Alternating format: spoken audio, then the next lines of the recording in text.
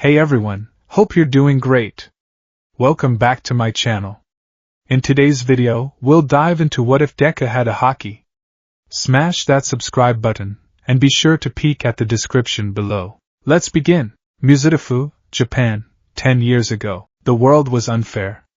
That was the first lesson Izuku Midoriya learned, and he learned it at the tender age of 4. The doctor's office smelled of antiseptic and cold indifference.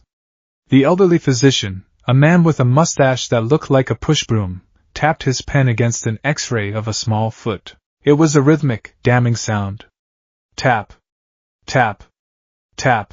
You should probably give it up, kid, the doctor said, his voice flat. Izuku froze. Beside him, his mother Inko adjusted her grip on her purse, her knuckles whitening. Doctor? Is something wrong? Most of the other kindergartners have already started showing signs of their quirks. Izuku is the only one who hasn't, and he won't, the doctor replied, pointing at the X-ray. It's an old bit of science, but it holds up. The presence of a second joint in the pinky toe. It's a recessive trait found in those who haven't evolved. Your son has it. He's quirkless. The word hung in the air like a guillotine blade. Quirkless. In a world where 80% of the population possessed some uncanny ability, from breathing fire to telekinesis, being normal was synonymous with being broken. It meant being a relic. A mistake. That night, the computer screen cast a pale, ghostly blue light over Izuku's face. On the screen, the grainy footage of All Might's debut played for the 10,000th time. The symbol of peace carried people out of the disaster zone, laughing in the face of fear. He's smiling, Izuku thought, tears blurring his vision. He's always smiling. Inko stood in the doorway, watching her son's small shoulders shake. She saw him point a trembling finger at the screen. Mom! His voice was a wet, ragged whisper. Can I be a hero like him too? This was the moment where history usually wrote its tragedy. This was the moment Inko Midoriya was supposed to rush forward, hug him, and apologize. To say, I'm sorry, Izuku. I'm so sorry. But she didn't. She looked at the fire in his eyes. It was drowning in tears, yes, but it wasn't extinguished. There was something else there. A stubbornness. A refusal to accept the reality laid out by a man in a lab coat. Inko walked over, but she didn't apologize. She knelt beside him and placed a hand on his chest, right over his heart. It was beating so fast it felt like a trapped bird. Izuku, she said softly. The doctor said you don't have a quirk. He said you don't have a vessel for power. Izuku turned to her, his lip wobbling. But, she continued, wiping a tear from his cheek, power doesn't always come from a quirk. Your father, he could breathe fire. I can pull small objects. But you? You have this. She tapped his chest again. It's so loud, Izuku. Your heart. It's stronger than anyone's I've ever known. Izuku sniffled. It is? If you want to be a hero without a quirk, Inko said, her voice trembling with a mix of fear and fierce maternal pride, then you will have to work harder than anyone else. You will have to be stronger, faster, and smarter. It will hurt, Izuku. People will laugh. Are you ready for that? Izuku looked back at All Might on the screen. He looked at his own shaking hands. He clenched them into fists. I want to save people, he squeaked. Then don't cry, Inko smiled sadly. Get up. Present day, Aldera Junior High. The sound of a pencil scratching against paper was the only thing keeping Izuku grounded. Since you're all third years, it's time to think seriously about your futures. The teacher announced, throwing a stack of papers into the air with theatrical flair. But who am I kidding? You're all aiming for the hero course. The classroom exploded into a cacophony of cheers and activated quirks. Stones levitated, fingers extended, and minor pyrotechnics flashed. It was a display of genetic lottery winners celebrating their luck. Izuku kept his head down, scribbling in his notebook titled Hero Analysis for the Future number 13. He wasn't participating in the celebration. He was too busy calculating the muscle density required to withstand a kinetic impact from a gigantification quirk. Hey, teach! A rough voice cut through the noise. Don't lump me in with these extras. Katsuki Bakugo sat with his feet on his desk, a look of supreme arrogance plastered on his face. They'd be lucky to end up as sidekicks to some D-lister. I'm the real deal. I'm going to UA High, the class gasped. UA was the premier hero academy in Japan. It had an acceptance rate of less than 1%. Oh, right, the teacher mused, checking his clipboard. Bakugo has excellent mock exam scores. And oh, that's surprising. Midoriya is applying to UA as well. Silence. Absolute, suffocating silence. Then laughter. It started as a ripple and turned into a wave. Midoriya? No way. You can't get into the hero course just by studying. He's quirkless. They'll snap him in half. Tum. An explosion rocked Izuku's desk, sending him tumbling backward out of his chair. Bakugo loomed over him, smoke curling from his palms. His red eyes were narrowed, searching for fear. Deku, Bakugo growled. You're worse than the rejects. You have nothing. You think you can rub shoulders with me? You think you can compete with this? He popped a small explosion in his palm. Izuku sat on the floor. 10 years ago, he would have cowered. He would have apologized, but 10 years of calisthenics, 10 years of running until his lungs burned, 10 years of punching a sandbag until his knuckles bled, it changed a person. Izuku stood up. He wasn't tall, but he was dense. Under his school uniform, his muscles were coiled like steel cables. He didn't have a quirk, but he had discipline. I'm not trying to compete with you, Kaken, Izuku said quietly. He brushed the dust off his pants. I'm just chasing my own dream. That's all. Bakugo's eye twitched. He hated this. He hated that Izuku didn't flinch anymore. He hated that when he looked at the quirkless nerd, he didn't see a victim. He felt observed. You think you're tough because you do a few push-ups? Bakugo sneered, grabbing the front of Izuku's tunic. You're a pebble on the side of the road. Don't make me crush you. Izuku met Bakugo's gaze. For a split second, the air in the room felt heavy. Not hot, like Bakugo's explosions, but heavy. A strange pressure pressed against Bakugo's temples. A subtle vibration that made the hairs on his arms stand up. Bakugo blinked, releasing his grip instinctively. What was that? Bakugo thought, stepping back, confused. I'm going to UA Kaken, Izuku said, picking up his bag. Whether it's impossible or not, the tunnel, the walk home was lonely. Izuku took the long route, avoiding the main streets where he might run into classmates. He needed to clear his head. He pulled out his notebook, staring at the charred cover where Bakugo had blasted it earlier. Hero analysis. It doesn't matter what they say, Izuku muttered to himself, entering the underpass. The tunnel was cool and damp, the sound of his footsteps echoing against the concrete. I just have to keep training. If my body isn't strong enough, I'll make it stronger. If my reaction time is slow, I'll make it faster. He clenched his fist. He had read obscure forums about martial artists from the pre-quirk era. Legends of men who could punch through stone with bare hands, blind swordsmen who could sense intent. They were just stories, myths of a bygone age, but Izuku clung to them. If humans could do it then, why can't I do it now? A gurgling sound came from the manhole cover behind him. Izuku spun around, dropping into a defensive stance instantly. His eyes narrowed. A massive surge of dark green slime erupted from the grate, coalescing into a monstrous, fluid shape with roving eyes and a jagged maw. A medium-sized invisibility cloak. The villain hissed, his voice wet and distorted.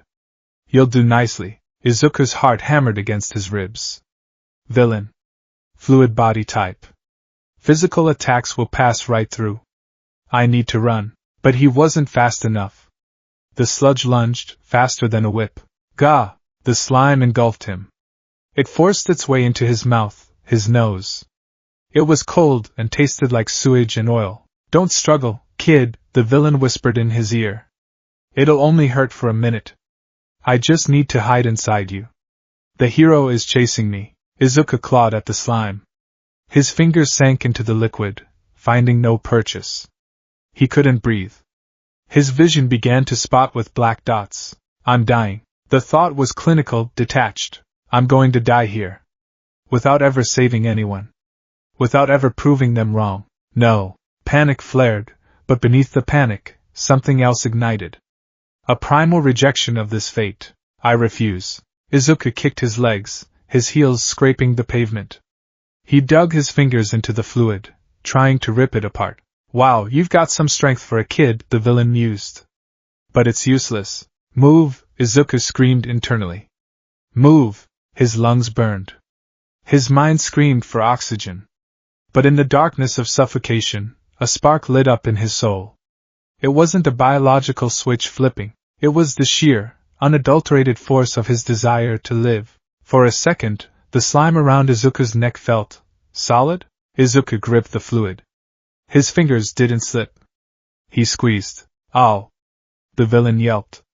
What the? Did you just pinch me? Before Izuku could process what had happened, the manhole cover exploded upward. A figure stood silhouetted in the entrance of the tunnel, radiating power. Fear not, kid! The voice boomed, shaking the very foundations of the tunnel.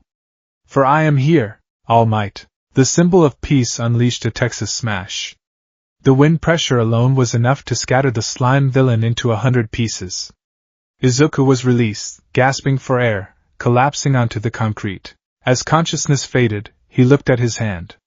For a fleeting moment, he thought he saw his fingertips tinged with a strange, metallic black hue. What was that? Then, the world went dark. The rooftop. Wait!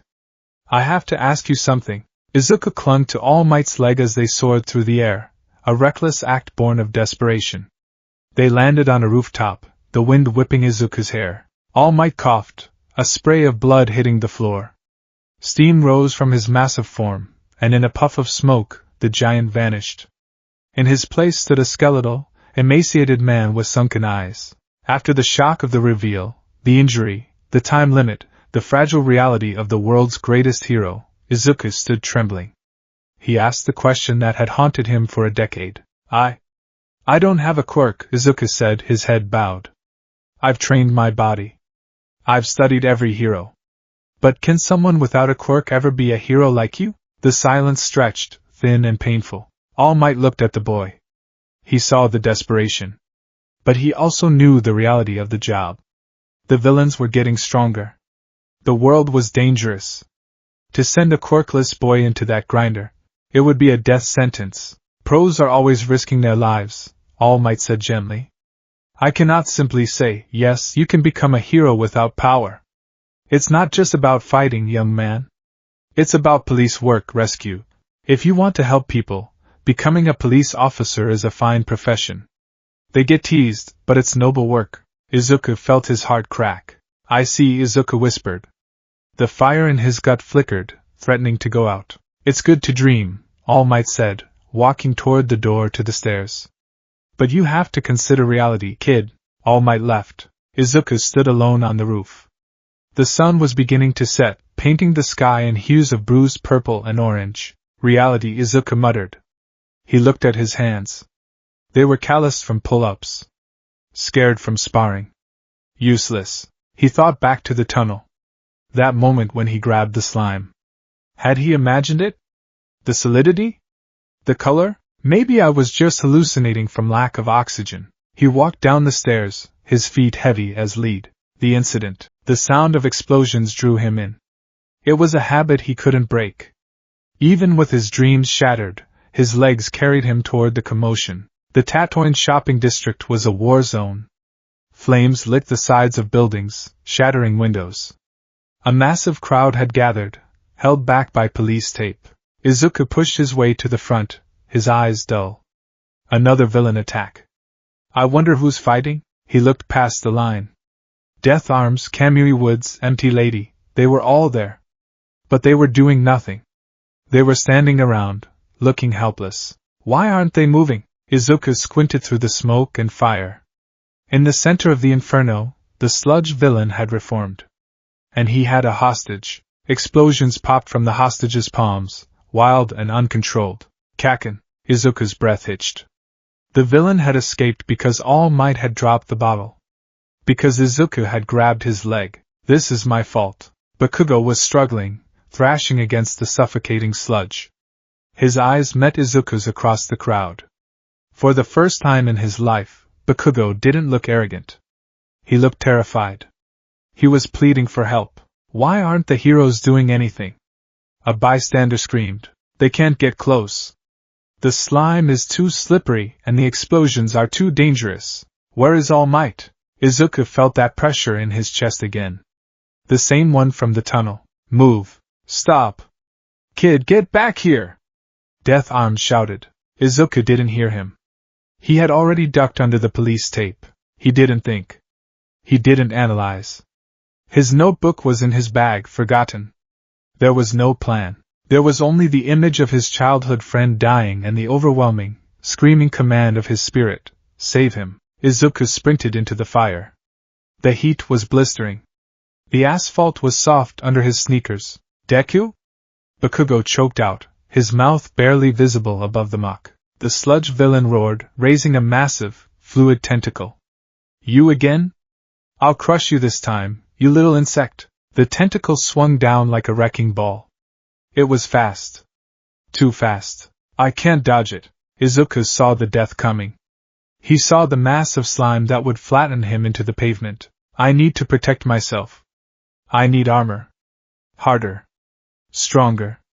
Reject the impact. It wasn't a conscious decision. It was an instinct older than quirks. It was the survival instinct of a human being pushed to the absolute brink. Izuku crossed his arms in front of his face in a defensive X. He screamed, pouring every ounce of his fear, his anger, and his will into his forearms. Harden! Clang! The sound wasn't a squelch of flesh being crushed.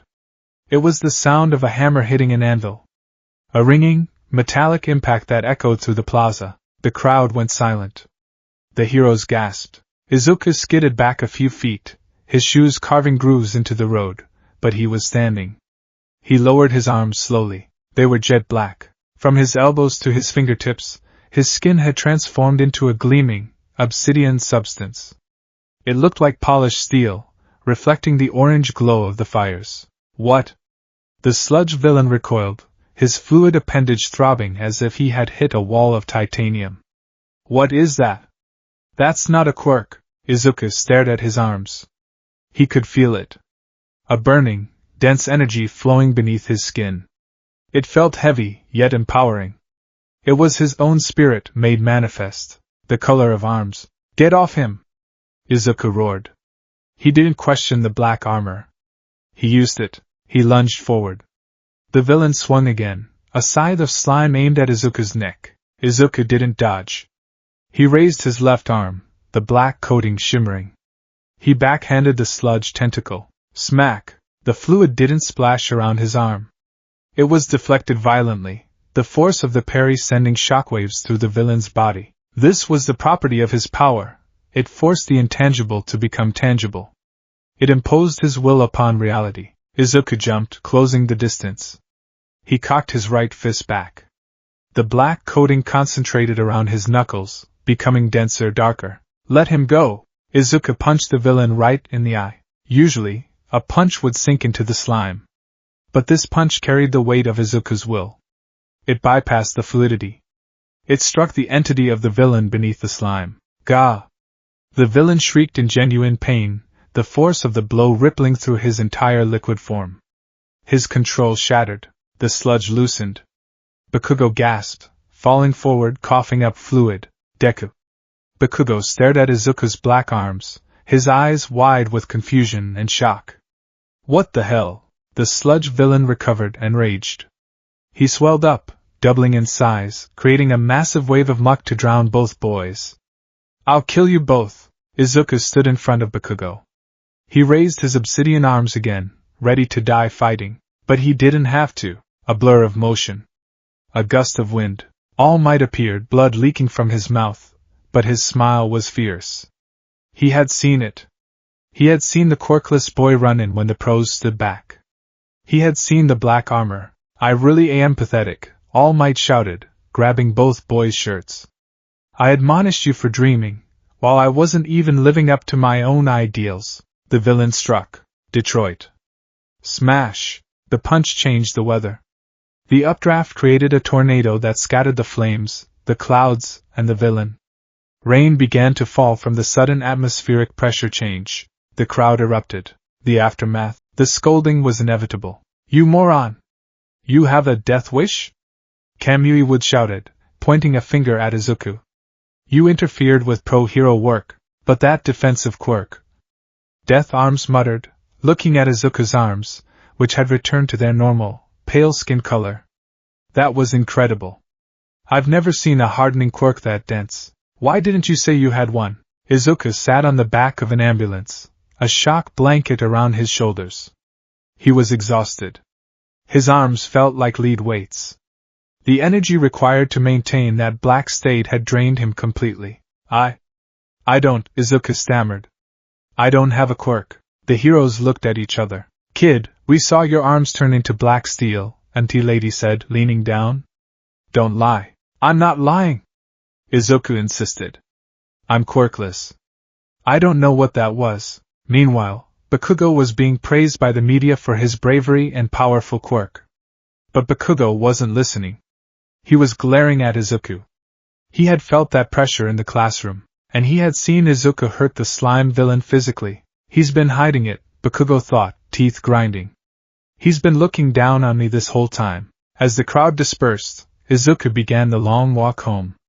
He felt hollowed out. He had saved Bakugo, yes, but he had also broken the law and almost died.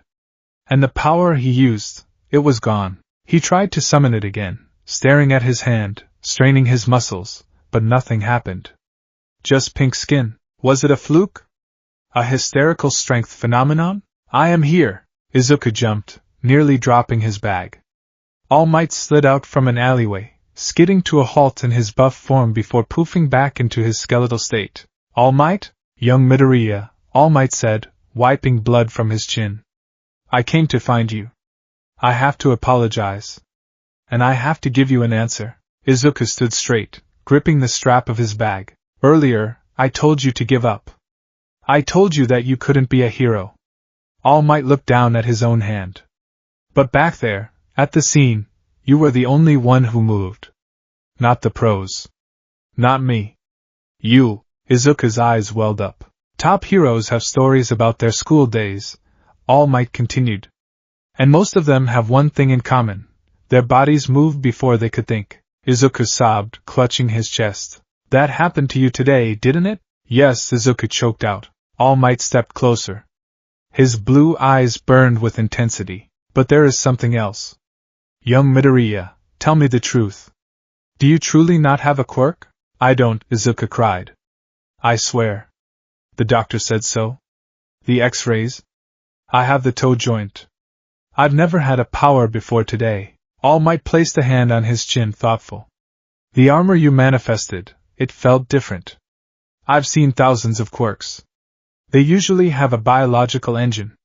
Heat, sweat, muscle fibers. But what you did felt like pure spirit. All Might looked at the boy. He saw the vessel. It was empty of a quirk, but it was overflowing with willpower. So much willpower that it had begun to leak out and affect reality. This boy, he forced his spirit to coat his body because his body wasn't enough. All Might smiled. It was the smile of a man who had found his successor. Young Midoriya. You can become a hero. Izuku collapsed to his knees, his forehead touching the pavement, wailing. It was the validation he had waited his entire life to hear. And All Might added, crouching down to be at a level with the weeping boy. I believe you are worthy to inherit my power. Izuku looked up, snot running down his face. Huh? Inherit? All Might laughed. Listen well, kid. My power is a torch, passed down from one generation to the next. And I have chosen you to be the next holder. But what about the black arms? Izuku asked, wiping his eyes. We will figure that out, All Might said seriously. I suspect that what you have isn't a quirk at all. It might be something older. Something more primal. A power born from the sheer refusal to give up. If you combine that with my power, you could become the greatest hero the world has ever seen. All Might held out his hand. So what do you say? Izuku looked at the hand. It was scarred. Large. The hand of the symbol of peace. He didn't hesitate. He reached out and grasped it. I'll do it! Izuku shouted. I'll do whatever it takes. Dagoba Municipal Beach Park, 10 months before UA entrance exam. The sun hung low over the horizon, casting long, distorted shadows across the mountains of garbage that choked the coastline. It was a graveyard of consumerism, rusted refrigerators, skeletal remains of cars, mountains of tires, and driftwood tangled with plastic nets. The air smelled of salt, rot, and neglect. Izuku Midoriya stood at the edge of the filth, his school uniform fluttering in the sea breeze. He looked small against the backdrop of waste. Insignificant. Beside him stood a skeleton of a man. Tashinori Yagi, All Might in his true form, coughed into a handkerchief, checking for blood. Finding none, he tucked it away and gestured to the trash. This, All Might rasped, his voice carrying a strange gravitas despite his frail appearance, is your first step. It is also your crucible. Izuku swallowed hard. The whole beach? All of it? Every scrap, All Might nodded. Heroes don't just fight villains, young Midoriya. They serve the community. This beach used to be a beautiful place. Now? It's a symbol of apathy. People think, someone else will clean it up. Just like they think, someone else will save me. He turned his sunken eyes toward the boy. You want to be the one who saves them. So, you must be the one to clean it. Izuku clenched his fists. The memory of the sludge villain incident was still fresh, visceral and terrifying. The sensation of his arms turning into black steel, the sound of the impact, it haunted him, not in a bad way, but like a ghost of a potential he didn't understand.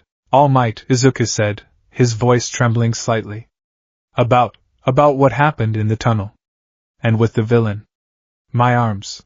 All Might sighed, sitting down on a relatively clean abandoned washing machine. I've been thinking about that. I did some research. Digging into the old archives. Pre-Quark-era theories, mostly. Izuku perked up, instinctively reaching for a notebook that wasn't there. The doctor said you were quirkless, All Might began, holding up a finger. And physically, biologically, you are. You have the extra toe joint. You lack the quirk factor in your DNA. Eraserhead, a hero you might know, can erase quirks by cutting off that genetic pathway. But if he looked at you while your arms were black, I suspect nothing would happen. Why? Because what you have isn't biological. It's spiritual. All Might tapped his own chest. One for All is a power that stockpiles energy. It passes from person to person, growing stronger. It requires a strong body to hold it. But you are an anomaly. You have no vessel. No quirk to channel your energy into. He stood up, walking over to a rusted truck tire. He kicked it. It barely moved. Imagine a cup, All Might said. Most people have a cup. Their quirk. They fill it with water, their stamina, their spirit. When they fight, they pour the water out. You don't have a cup, young Midoriya, but the hose is still running. Your spirit, your will to save, your ambition, it has nowhere to go. So it overflows.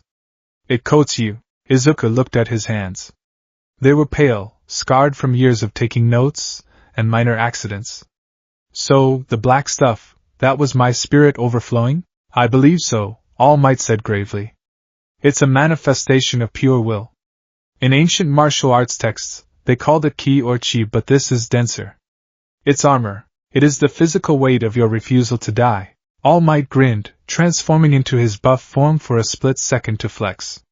And if we are going to put one for all into that body of yours, we need to make sure that vessel is indestructible. Otherwise, my power will blow your limbs off. He deflated back into a skeleton, coughing. So, the plan. You will clean this beach. You will build a body of steel. And while you do that, we will try to understand this will of yours. Because if you can coat yourself in that black armor voluntarily, you might just survive receiving my power. Izuku looked at the mountains of trash. He didn't see garbage anymore. He saw the path to his dream. I'll do it, Izuku said, eyes burning. I'll do it all. Month 1, the Wall of Iron. The aim to pass. American Dream Plan was a nightmare. Izuku had expected push-ups. He had expected running. He had not expected to be strapped to a refrigerator and told to drag it through sand. Legs. Use your legs. All Might shouted from atop a pile of tires. Sitting on the fridge, Izuku was dragging like a cruel king. Your back is too curved. You'll slip a disc before you save a cat. I'm trying. Izuku grunted, his face buried in the sand. Every muscle fiber screamed. The sand shifted under his feet, robbing him of traction. It was inefficient. It was painful, but Izuku didn't stop.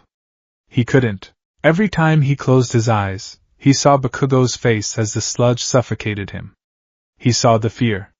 He saw the heroes standing still. I moved. I was the only one. That thought was the fuel. In the evenings, after his body was broken and his hands were raw blisters, they worked on the black armor. Visualize it, All Might instructed.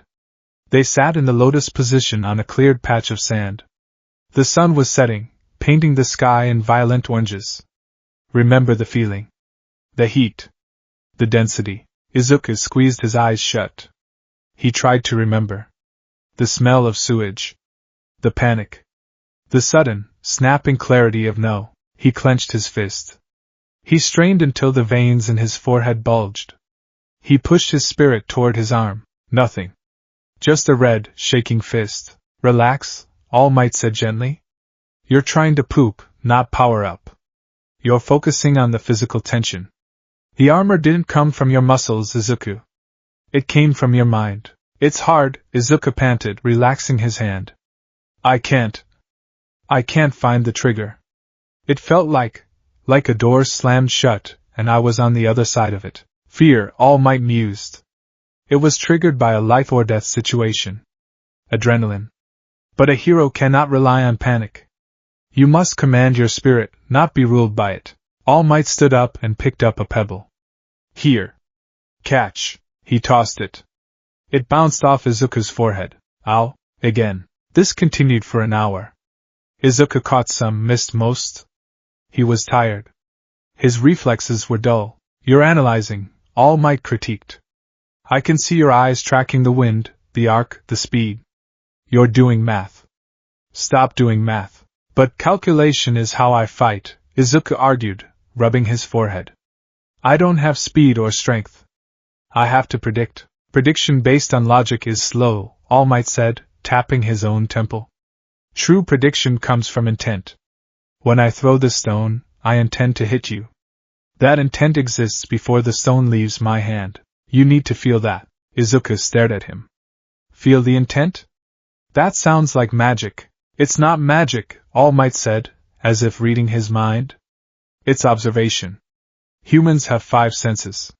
You have to wake up the 6th one. Month 3, the grind. Progress was slow, agonizing, but undeniable. Izuku's shirts were getting tighter. The baby fat on his face was melting away, replaced by the sharp angles of a young man. His hands were rough, the skin calloused over and over again until they felt like leather gloves. The beach was changing, too. A small corner was cleared. The horizon was visible, but the black armor, which Izuku had started calling armament in his notebook, refused to show itself. Damn it! Izuku screamed, punching a stack of tires. His knuckles came away bloody. No black coating. Just red blood. He sat in the sand, frustration boiling over. Why can't I do it? I did it once. Was it a fluke? Am I just deluding myself? He looked at his notebook. Theory, armament Haki, named after the manga. Requires immense spiritual pressure. Current status, dormant. All Might watched him from a distance. He was worried. The boy was working harder than anyone he had ever seen.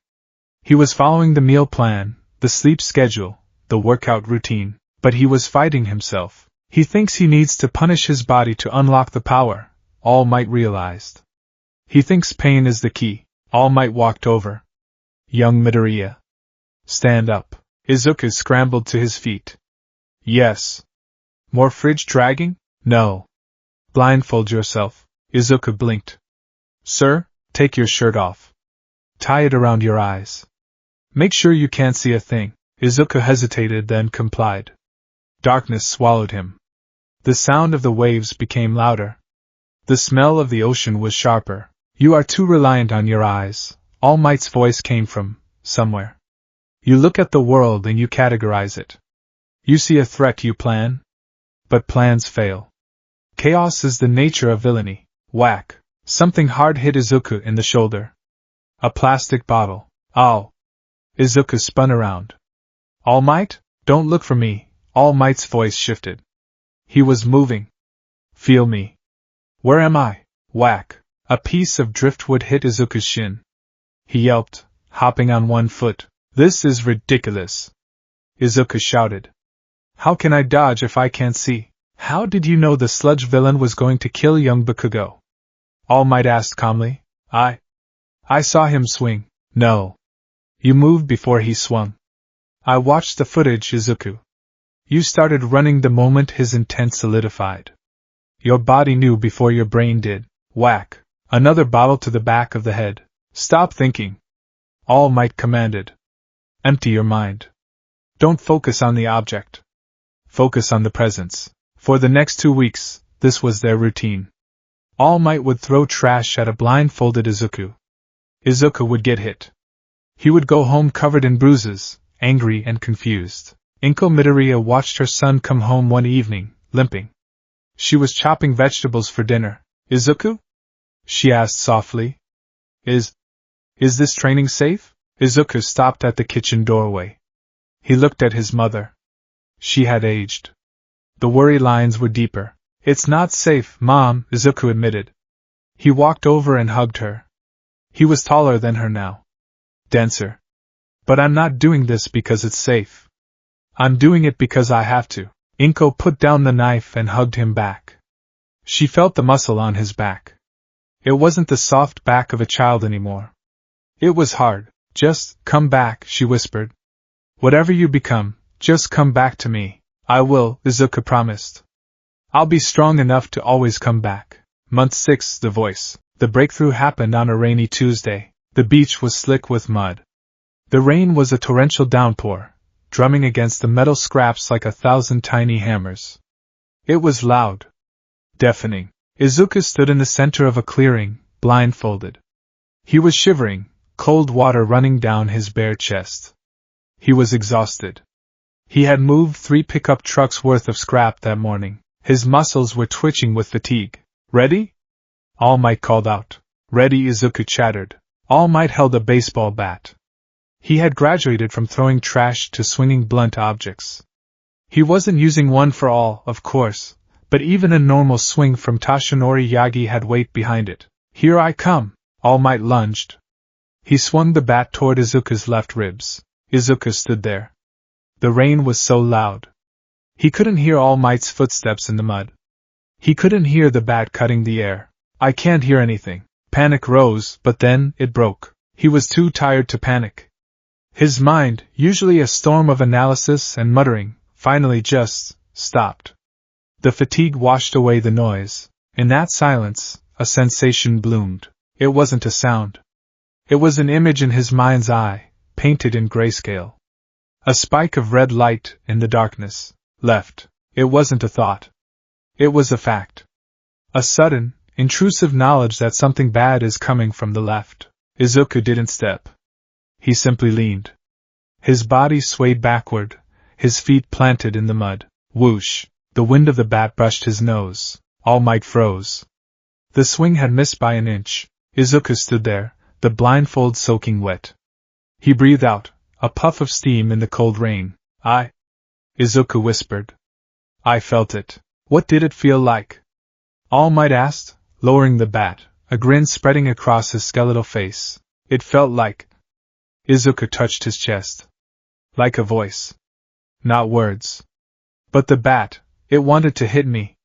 I could hear its desire. The color of observation, All Might said softly. Kenbunshiku. You've stepped into the realm of the masters, my boy. Izuku ripped the blindfold off. His green eyes were wide, shining with a new light. I didn't see it. I just knew. This is your weapon, All Might said, walking over and placing a hand on Izuku's shoulder. You don't have speed like I do. You don't have invulnerability. So you must never be where the attack lands. If you can master this, you can dodge anything. You can sense people in need before they even scream. Izuku looked at his hands. Observation. Now, All Might pointed to a massive, rusted engine block half buried in the sand. Try to lift that. But I tried yesterday. It's too heavy. That was yesterday. Before you unlocked your senses. Now try to apply that same focus to your skin. Don't strain to make the armor. Will it to exist. Command it. Izuku walked over to the engine block. It must have weighed 400 pounds. It was jagged, sharp, and covered in oil. He gripped the cold metal. He closed his eyes. Don't force it. Don't panic. He reached out with that new sense, that observation. He felt the weight of the engine. He felt the sharpness of the rust biting into his palms. It will cut me. No, Izuku thought calmly. It will not. He didn't scream. He didn't explode with adrenaline. He simply asserted a truth upon his own body. I am harder than this iron. A ripple passed over his skin. Like ink dropped into water. Starting from his fingertips, a deep, violet-black hue spread up his forearms. It wasn't the jagged, frantic coating from the sludge incident. This was smoother, thinner, more refined. Busashoku, hardening. Izuku opened his eyes. He saw the black arms. He didn't feel drained this time. He felt secure. He lifted. With a grunt of exertion, the engine block rose from the sand. His muscles strained, his legs shook, but his grip was absolute. The sharp metal edges didn't cut his skin. They groaned against the Haki, the rust flaking away uselessly. Izuku gritted his teeth, holding the weight. I'm doing it! He held it for 10 seconds before his focus wavered. The black faded. The weight suddenly became unbearable. He dropped the engine with a heavy thud. He collapsed onto his butt, panting heavily. But he was smiling. A wide, beaming smile that rivaled All Might's own. I did it! You did! All Might laughed, giving him a thumbs up. You have the shield, armament, and the radar observation. You are ready, young Midoriya. You are ready to inherit the torch. The final week, the summit. The last week was a blur. With his Haki awakening, Izuku's efficiency skyrocketed. He could sense where the trash was most unstable, allowing him to pull pieces out without causing an avalanche. He could coat his hands to rip apart metal that would have sliced him open. He wasn't just cleaning the beach. He was conquering it. But the mental toll was unique. Using Haki wasn't like flexing a muscle. It was like focusing on a complex math problem while lifting weights. It burned his mental stamina. After an hour of using armament, he would get a migraine that felt like a drill in his temple. You must increase your capacity, All Might advised. The one-for-all transfer will strain your body, but maintaining the Haki to contain it will strain your mind. You need to meditate. So, between hauling trash, Izuku sat in the lotus position on top of garbage piles, surrounded by seagulls. He practiced turning his arm black for 1 second, then off. Then 2 seconds. Then off, on, off, on, off. Control. Not power.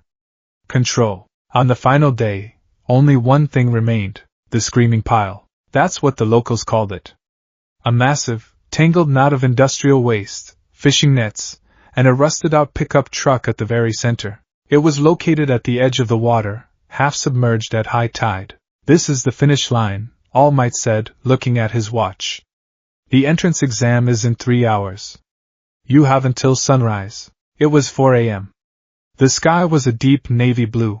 Izuku stripped off his shirt. His body was unrecognizable from the boy of 10 months ago. He was shredded. Scars from cuts and scrapes crisscrossed his arms and back, badges of honor from the beach. He had an 8-pack that looked carved from stone, but more importantly his eyes were different. The nervous twitch was gone. His gaze was steady. Predatory, almost. Let's do this, Izuku breathed. He waded into the water. He grabbed the bumper of the truck. Too heavy to lift alone, he closed his eyes. Observation. He sensed the structure of the pile. He felt where the nets were tangled. He felt the leverage points. If I pull here, the left side collapses. If I push there, the nets loosen. He moved with surgical precision. He didn't just brute force it. He dismantled the pile like a puzzle.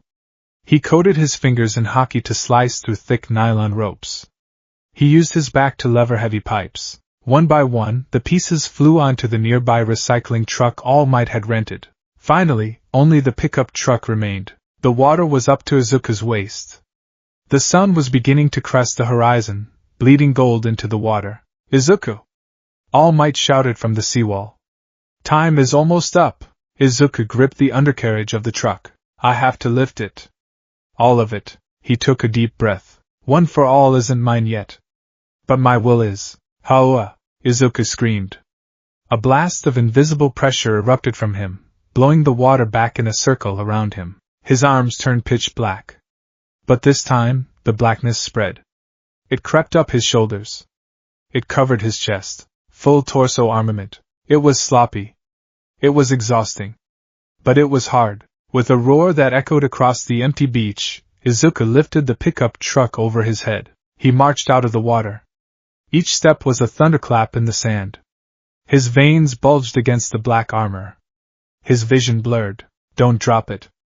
Don't drop it. He reached the designated spot on the road. Slam. He dropped the truck. The suspension shattered.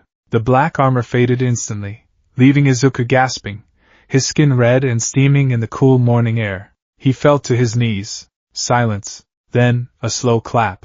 All Might stood atop the seawall, silhouetted against the rising sun.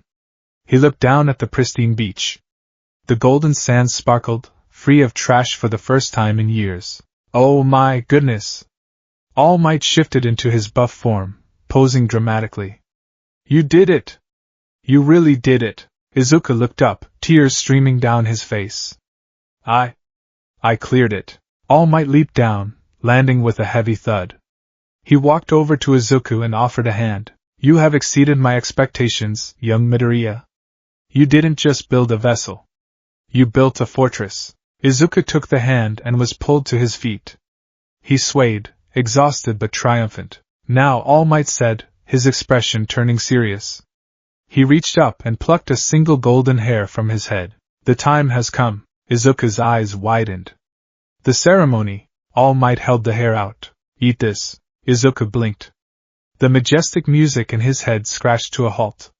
Excuse me? It doesn't matter what part it is, All Might explained, waving the hair. It has to be DNA. And you have to ingest it. Hair is the easiest. Come on, we don't have much time. The exam starts in 2 hours and you need to digest it. Izuku looked at the hair. Then he looked at the clean beach.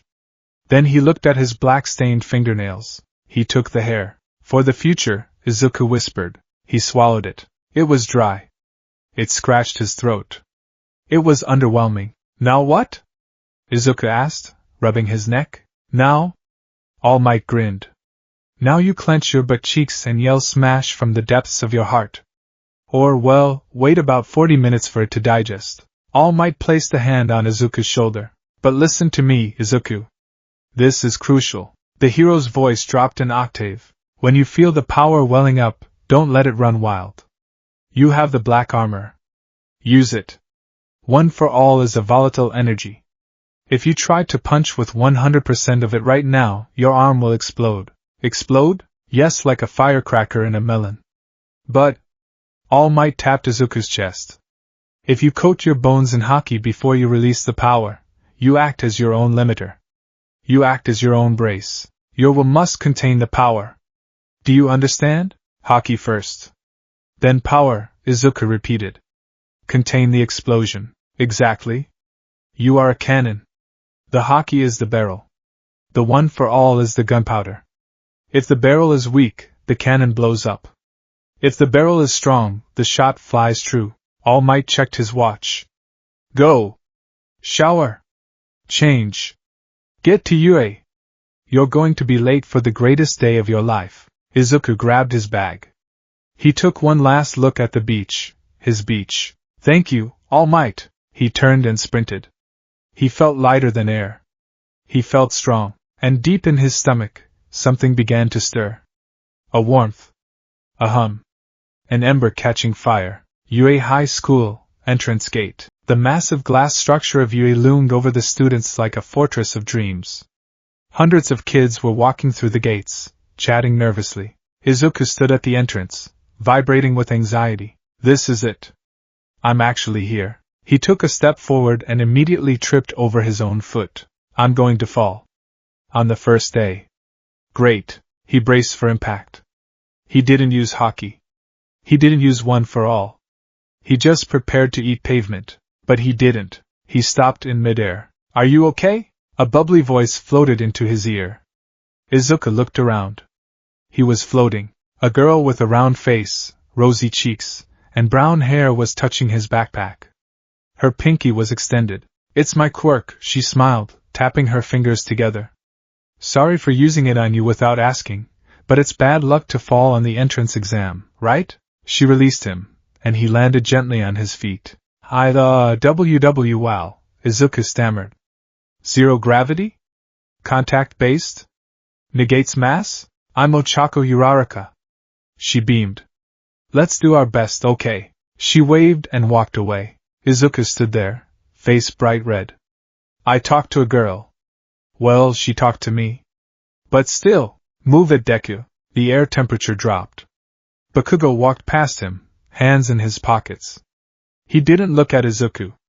He stared straight ahead. Don't get in my way, Bakugo muttered. Izuku straightened up. He wasn't scared. He sensed Bakugo's voice. It was spiky, angry, and loud. But underneath it, Izuku sensed something else. Insecurity. He's scared too, Izuku realized. He saw what I did to the sludge villain. He knows I'm not empty anymore. I won't get in your way, Kaken, Izuku said to Bakugo's back. But I'm not walking behind you either. Bakugo stiffened, but he didn't turn around. He just kept walking. The orientation hall, present mic was loud. Very loud. Everybody say hey. Silence. Izuku sat in his seat, clutching his stomach. The warmth was spreading. It felt like he had swallowed a star. It was pulsing in rhythm with his heartbeat. One for all. He tried to focus on the explanation of the exam. 3 types of robots. Points based on difficulty. Excuse me. May I ask a question? A tall boy with glasses and engines in his cab stood up, pointing aggressively. This was Tenya Ida. He began to berate the school for a typo on the handout, and then turned to point a finger directly at Izuku. And you? The one with the curly hair. Izuku jumped. And me? You've been muttering this whole time. It's distracting. If you're here on a sightseeing trip, then leave immediately. The whole auditorium laughed. Izuku shrank into his seat. Sorry. He covered his mouth.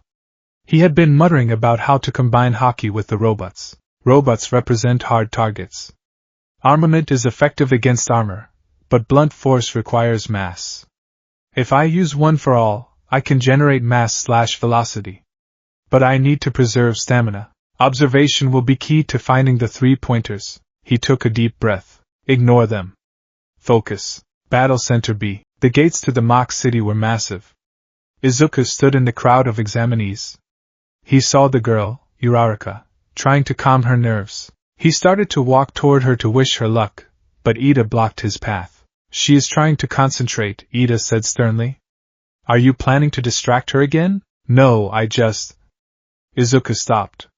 He looked at Ida. He closed his eyes for a second. He sensed Ida's spirit. Rigid. Honest. Anxious. I'm just getting ready, Izuku said firmly. Start. Present Mix's voice boomed from a tower. There are no countdowns in real battles. Run. Run. Die. I mean, go. The other students hesitated for a split second. Izuku didn't. Observation. He felt the presence of enemies inside the city before the gates even fully opened. He felt the mechanical hum of motors. The cold intent of programming. He sprinted. Whoa! That kid is fast. Someone shouted. Izuku was the first one through the gate. He wasn't using one for all yet. He was using 10 months of hell on the beach. He rounded a corner. A 1-pointer robot wheeled out, targeting him. Target acquired. It raised a mechanical arm to strike. Izuku didn't slow down. He didn't flinch. Right side. Exposed wiring under the armpit. He saw it with his mind. He slid on his knees, ducking under the swing. As he passed, he clenched his right fist. Armament hardening. His fist turned black. He punched upward into the robot's armpit joint. Crunch. Metal sheared like paper. The Haki-infused punch destroyed the servo motor. The robot sparked and collapsed. 1 point, Izuku breathed, scrambling to his feet. He looked at his hand. The black faded. No pain. I can do this. But then, the chaos started. Lasers flew. Explosions rocked the street. The other students caught up. Out of my way! A kid with a laser navel blasted a robot. 6 points! Shouted a guy with 6 arms. Izuku started to panic. He was falling behind. His single-target takedowns were efficient, but slow compared to the AoE, area of effect, attacks of the others. I need more points. I need to go faster. He turned a corner and saw a 3-pointer. A massive missile-firing drone. It locked onto him, too big to punch in a joint. I need raw power. Izuku stopped. He felt the fire in his stomach. One for all. Just a little bit. All Might said clenched the butt cheeks. He crouched. He channeled the power into his legs. Wait. Coat them first. He focused. Armament. His shins and calves turned black. One for all 5%. Green lightning crackled around his body. The pressure was immense. It felt like his veins were expanding. But the black armor held it in. It acted as a compression sleeve. Boom! Izuku launched himself forward.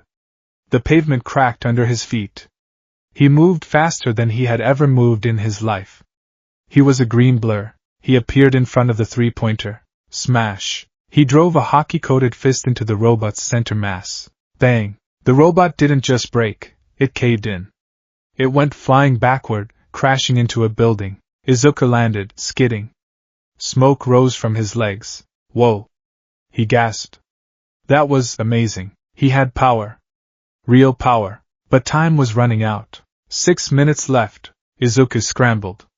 He hunted. He used observation to find robots hidden in alleys. He used armament to protect his knuckles. He racked up 28 points. It wasn't amazing, but it was something. Then, the ground shook. Thump, thump, thump. Dust clouds rose over the main avenue. People stopped fighting. They looked up. A robot the size of a skyscraper emerged. The 0-pointer. It was terrifying. It punched a building, sending debris raining down. Run! It's the gimmick! It's not worth any points. Get out of here! The crowd of examinees turned and fled. It was the logical choice. Izuku turned to run too. Observation. A sharp, painful spike in his mind. Help. It wasn't a word. It was a sensation of pain and fear. Izuku stopped. He turned around. Through the dust, he saw her. The nice girl. Uraraka. She was trapped under rubble. The 0-pointer was looming over her. Logic said run. Logic said he had points to protect. But the voice said move. Izuku's legs moved on their own. Hey! Kid! Don't! Ida shouted from the retreating crowd. Izuku ignored him. He sprinted toward the giant. I have to stop it. I have to save her. He reached the girl. Are you okay? My leg. She cried. I can't move. The 0-pointer raised a massive foot to crush them both. Izuku looked up. It was too big. Armament isn't enough. A normal punch isn't enough. He needed everything. He crouched down. He closed his eyes. One for all. He grabbed the depths of the power. Not 5%. Not 10%. He grabbed all of it. All Might said my limbs would explode. The red veins of One for All surged up his right leg. Then I won't let them. Armament. Full coating, Izuku screamed. The black ink spread. It covered his entire right leg.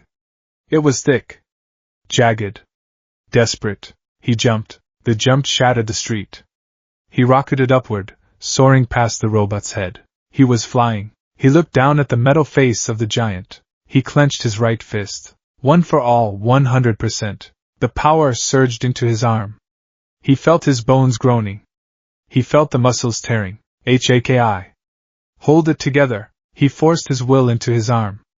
The black armor wrapped around the glowing red veins of One for All. It was a battle between the unstoppable force and the immovable object, taking place inside his own skin. Smayas! He punched the robot in the face. The impact was cataclysmic. The air pressure blasted outward, shattering windows for 3 blocks. The head of the 0-pointer crumpled inward, collapsing into its neck. The massive machine was lifted off the ground and thrown backward by the sheer kinetic force. Izuku floated at the apex of his jump. His right arm was purple. Smoke hissed from it. The sleeve was gone. It hurts. But it wasn't gone. It was broken, clean fractures in the radius and ulna, but it wasn't powder. The Haki had held the shape of the arm together. As gravity took hold, Izuku began to fall. Oh no. I can't fly. I have one broken arm and two broken legs from the jump. He plummeted toward the pavement. Slap. A soft hand touched his cheek. He stopped inches from the ground. Uraraka, floating on a piece of debris she had levitated, released her breath. Release. Izuku dropped the last inch. He lay there, staring at the sky. His arm throbbed with a white-hot agony. His legs were numb. He had 0 points left in the tank. But he was alive. Time's up. The siren wailed. The other students slowly crept back, staring at the destroyed 0-pointer, then at the broken boy on the ground. Did you see that? He took down the giant. But he has a quirk that breaks his own body? Wait, look at his arm. Is that bruising? Or paint? Recovery girl waddled onto the scene. Oh my, oh my. You really overdid it, Sonny. She knelt beside him. She examined his arm. She muttered. Usually, a power output like that would turn bones to dust. But these are clean breaks. It's almost like something was holding the bones in place from the outside. She kissed his forehead. Izuku's vision faded. The last thing he heard was the murmurs of the crowd. They weren't laughing anymore. They were afraid. And in the observation room, All Might gripped the railing, tears in his eyes. He did it. He combined them. Beside him, Aizawa narrowed his eyes, staring at the monitor. He broke his bones, Aizawa noted. But he didn't die. That black coating, it saved his life. Aizawa stood up. Midoriya Izuku, he whispered. Interesting. UA High School, written exam hall. The silence in the examination hall was oppressive. It was a heavy, suffocating blanket woven from the anxiety of hundreds of teenagers. The only sounds were the rhythmic scratching of graphite against paper and the occasional nervous cough. Izuku Midoriya sat in row 4, seat 12. His leg bounced inadvertently under the desk, a nervous tic he couldn't quite suppress. Question 42. Analyze the geopolitical ramifications of the Hero Bill of 20XX and its impact on cross-border agency cooperation. Izuku's pencil moved like a blur. This was the easy part. The written exam was just data.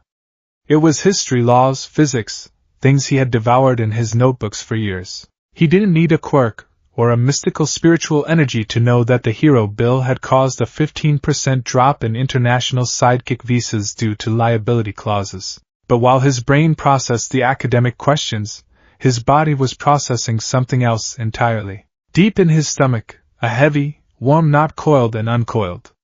It felt like he had swallowed a heated stone. The hair, Izuku thought, flinching slightly as a particularly warm pulse radiated through his gut.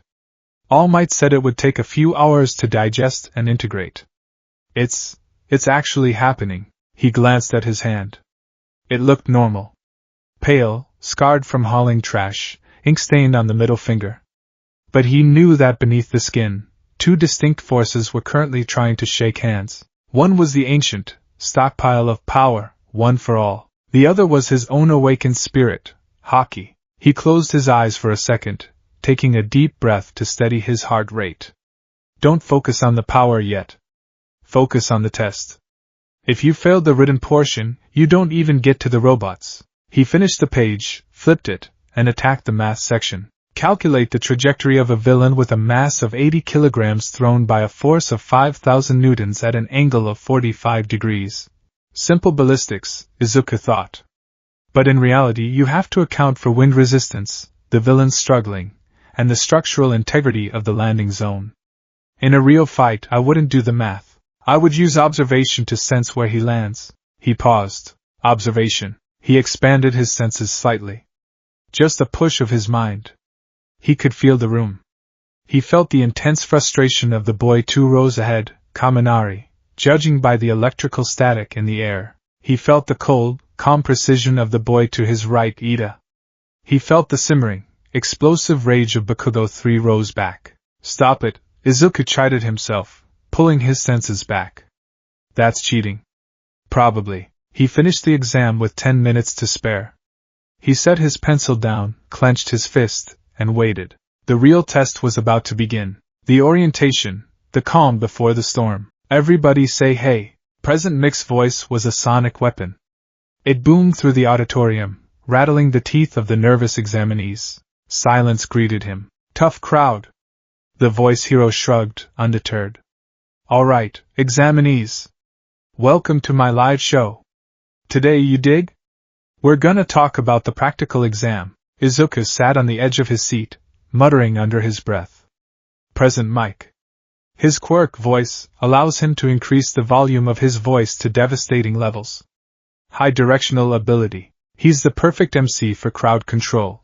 Shut up, Bakugo hissed from the seat next to him. You're annoying. Sorry, Kaken, Izuku whispered, shrinking back. As President Mike explained the rules, 3 types of robots, points corresponding to their difficulty, 10 minutes to rack up a score. Izuku's mind raced. 10 minutes. Urban setting. Mobility is key. Most of these students have quirks that grant mobility or ranged attacks.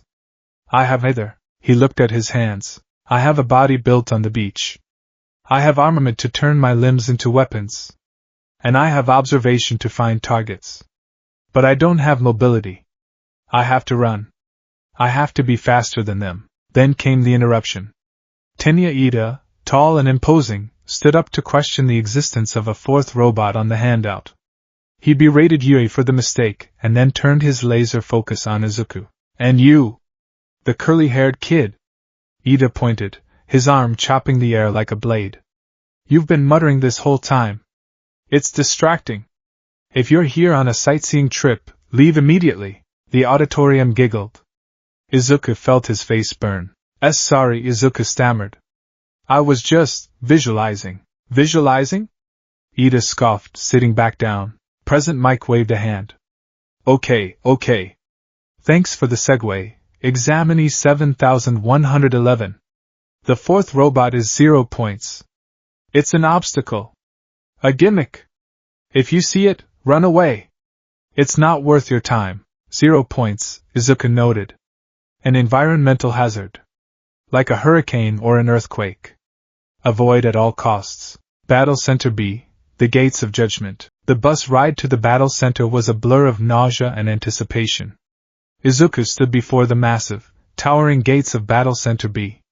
The mock city behind the walls looked impossibly realistic. Skyscrapers, streets, streetlights. It was a full-scale metropolitan district. The crowd of examinees was stretching, psyching themselves up. Some were vibrating with energy.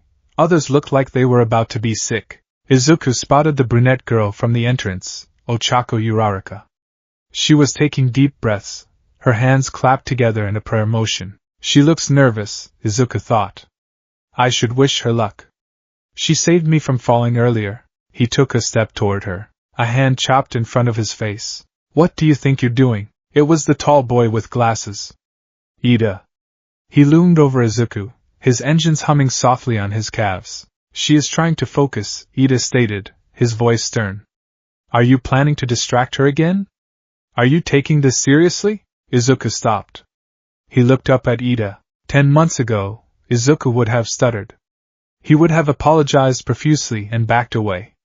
But 10 months ago, Izuku hadn't stared down the ocean at 4 a.m. He hadn't cleansed the coastline of humanity's neglect. He didn't look at Ida's face. He looked at Ida's intent. Through the lens of his budding observation Haki, Ida wasn't being malicious. He was rigid. He was a block of steel, unbending, honest, and incredibly anxious beneath the bravado. He wasn't a bully. He was just tight. I'm not distracting her, Izuku said, his voice surprisingly steady. He met Ida's gaze through the lenses of his glasses. And I take this more seriously than you can imagine. I don't have a safety net. Ida blinked, taken aback by the intensity in the smaller boy's green eyes. He adjusted his glasses. I see. Well, best of luck. He stepped aside. Izuku took a deep breath. He didn't approach Uraraka. Ida was right about one thing, focus was paramount. He turned toward the gate. He closed his eyes. Ignore the crowd. Ignore the noise. He reached out with his mind. Kenbunshaku. It was like tuning a radio. At first, just static, the buzzing anxiety of the other students. Then, he pushed past that. He felt the cold, dormant hum of machinery beyond the walls. They are there. Waiting. He felt the electricity in the wires. He felt the hydraulic pressure in the pistons. One cluster to the left, down the main avenue. A solitary unit in the alley to the right. And start. Present mixed voice screamed from the observation tower. The other students froze. They were waiting for a countdown. They were waiting for a pistol shot. But Izuku didn't wait. The moment the word start left mixed lips, no, the moment the intent to start formed in mixed mind, Izuku moved. He exploded off the starting line. His shoes dug into the pavement, kicking up a small cloud of dust. Hey! Someone shouted. He jumped the gun. There are no countdowns in real battles. Mike yelled over the speakers. Follow that kid. He's the only one who gets it. The first encounter. Izuku was alone in the city for exactly 6 seconds. He sprinted down the main street. His breathing was rhythmic. In and out. In and out. A mechanical whirring sound came from an alleyway to his left. Target. A one-pointer robot, a swift, wheeled drone with a singular red eye, burst out of the shadows. It raised a rubber bullet Gatling gun. Target acquired, it droned. Izuku didn't slow down. He didn't have a movement quirk to dodge bullets, and he didn't have a ranged attack to take it out from a distance. He had to close the gap. The robot fired. Rat-a-tat-tat. Rubber bullets tore through the air. Izuku's eyes were wide, but his pupils were dilated. He didn't watch the gun. He felt the trajectory. Left shoulder. Right hip. Head. He twisted his body. He wasn't flashing out of existence like a speedster. He was moving with minimal, efficient motion.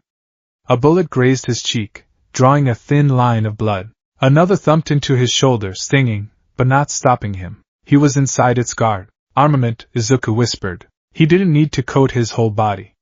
He needed to conserve stamina. He focused his spirit into his right fist. The skin turned a deep, glossy black. It shimmered like obsidian. He didn't punch the metal plating. That was amateur. He punched the joint connecting the wheel to the chassis. Crunch. The impact sounded like a gunshot. The black fist shore through the metal axle as if it were made of clay. The robot collapsed, its wheel spinning away down the street. Sparks flew. 1 point, Izuku breathed, shaking his hand. The black coating faded. He turned and kept running. The melee. By the 2-minute mark, the city was a war zone. Explosions rocked the buildings. Lasers cut through the air. A boy with a laser navel, Oyama, was blasting robots from a balcony. A girl with earphone jacks, Jiro, was shattering their sensors with sound. Izuku was in the thick of it, but he was struggling. Out of the way, a massive boy with 6 arms, Shoji, barreled past Izuku, grabbing 2 two-pointers and crushing them together. My point! Shouted a guy with spiky red hair, Kirishima, hardening his skin and karate chopping a robot Izuku was aiming for. Izuku skidded to a halt. Damn it! They have area of effect attacks. They have reach. I have to get into melee range for every single kill. He had 12 points. It wasn't enough. The average acceptance score was usually around 40 or 50. I need to find the dense clusters. But the dense clusters are where the strong students are. He closed his eyes for a heartbeat amidst the chaos. Observation. The battlefield mapped itself in his mind. The bright fires of the strong students were easy to spot. But they're 3 blocks east. A quiet zone. Why is it quiet? He sensed 4 distinct mechanical signatures. But they weren't moving. Ambush mode. Izuku opened his eyes and sprinted east. He turned a corner into a narrow plaza. Immediately, 4 3-pointers, massive, tank-like robots with missile launchers, rose from behind concrete barricades. 4 targets, Izuku muttered. 3 points each. That's 12 points. That puts me at 24. The robots locked onto him. Their missile pods opened. Missiles. Blast radius is roughly 5 meters. I can't outrun 4 volleys. He had to be faster than the trigger. He reached for one for all. The power was there, humming in his gut. A massive, swirling ocean of energy. He tugged at it. Just a little. Just 5%. Pain spiked in his legs. The vessels throbbed. No. Not yet. If I use it now, I risk breaking a bone before the finale. I have to rely on the beach. He abandoned the idea of one for all. He grabbed a loose manhole cover from the street. Ha! He coated the disc in black Haki. It became heavier, denser. A makeshift shield. The first robot fired. Izuku threw the manhole cover like a frisbee. It wasn't a normal throw. It was powered by the back muscles that had dragged refrigerators through sand. The black disc sliced through the air. It hit the first missile as it left the tube. Boom! The explosion was contained within the robot's launcher. The machine detonated from the inside out, shrapnel taking out the robot next to it. 2 down. 6 points. Izuku dove through the smoke. The third robot swung a massive metal claw. Izuku slid under it, the metal wind ruffling his hair. He placed both hands on the robot's exposed underbelly. Internal destruction is too advanced, he grunted, recalling his notebook theories. Just crush it, he coated both arms. He drove his fingers into the metal plates. With a scream of effort, he ripped the plating off, exposing the glowing core. He headbutted the core. It was a reckless move. But he had coated his forehead in Haki at the last second. Crack! The robot powered down. 9 points. The fourth robot was aiming at his back. Suddenly, a laser beam pierced the robot's head. It exploded. Izuku spun around. Aoyama stood on a nearby roof, twinkling. Merci regarding the distraction, Monsieur plain looking. Izuku gritted his teeth. Stolen kill. 6 minutes elapsed. Mike shouted, I have 21 points. I need more. I need more. The fatigue. 8 minutes in. Izuku was panting heavily. Sweat stung his eyes. His knuckles were bruised. Haki protected the bones, but the shock of impact still traveled through the soft tissue. But the worst part was the headache. Using Haki wasn't free. Every time he hardened his skin, it took a piece of his mental focus. Every time he used observation to dodge a stray bullet, it taxed his concentration. His vision was swimming. The world was becoming a blur of gray concrete and green robots. Focus. Keep the armor up. If you drop it, you break your hand. He rounded a corner and saw a 2-pointer. He lunged. His timing was off. He was a split second too slow. The robot's tail whipped around and smacked him in the ribs. Gah! Izuku tumbled across the pavement. Air left his lungs. He gasped, curling into a ball. That hit. I didn't coat my ribs in time. It hurts. He struggled to his feet. The robot loomed over him. Suddenly, an engine roared. Ida flew past, a high-speed kick decapitating the robot. Are you injured? Ida called out, not stopping. The exam is nearly over. If you cannot continue, retreat to the entrance. Izuku wiped blood from his mouth. I can fight. He looked at the scoreboard in his head. 21 points. It's not enough. Even the general studies kids probably have more. He was failing. After 10 months of hell. After eating the hair. After All Might's faith. He was failing. The 0-pointer. The ground jumped. It wasn't a vibration. It was a convulsion. Izuku stumbled. A crack appeared in the asphalt, racing down the street like a lightning bolt. What? Then, a shadow fell over the city. It blocked out the sun. At the end of the main avenue, the 0-pointer rose. It was titanic. It was larger than the buildings surrounding it. Its green chassis was thick with armor plating, and its red eyes shone like searchlights from hell. It roared, a mechanical, grinding screech that sounded like the end of the world. It punched the ground. The shockwave knocked students off their feet 3 blocks away. Dust billowed out, swallowing the street. It's huge. Run. It's the gimmick. Forget points. Move. The examinees broke. The psychological pressure was too much. It was an insurmountable wall. Izuku stood frozen. His instincts, the biological ones, screamed at him to run. Legs turn around. Move. He took a step back. It's worth 0 points. There is no reason to fight it. Fighting it is illogical. He turned to run, and then he heard it. It wasn't a scream. The dust was too thick, the noise of the robot was too loud to hear a human voice, but his observation heard it. It was a jagged, panic spike in the spiritual ether. A voice of pure pain. Help me. Izuku stopped. His head turned. His mind projected into the dust. There, 50 meters away. Caught in the rubble of the building the robot had just punched. He saw the aura. It was the girl. Uraraka. She was pinned. A massive slab of concrete had trapped her leg. She was trying to levitate it, but she was exhausted, nauseous. And the robot was raising its massive tread to crush the area. She was going to die. The pro-heroes were watching, surely. They would stop it. But what if they don't make it in time? Izuku didn't think. He didn't weigh the pros and cons. He didn't calculate the trajectory. The torch inside him flared. Save her. Izuku turned back toward the monster. Hey! You idiot! Where are you going? A student shouted. Izuku didn't answer. He sprinted toward the dust cloud. As he ran, he assessed his arsenal. Distance 50 meters. Target height 40 meters. Time until impact 3 seconds. I need to jump. I need to fly. He looked at his legs. Haki alone won't give me the lift. I need the power. He reached into the well. He grabbed the burning ember of One for All. One for All, full cowl. He tried to spread it. Green lightning crackled around him. But his body screamed. The power was too volatile. It wanted to explode. Contain it. Armament, Greaves. Izuku roared. He forced his spirit down. His shins and feet turned jet black. He wrapped the Haki around his bones like a compression cast. He channeled the power into his legs. Not 5%. More, 10%. He hit the ground. Boom. The concrete disintegrated under his sneakers. He launched himself into the air.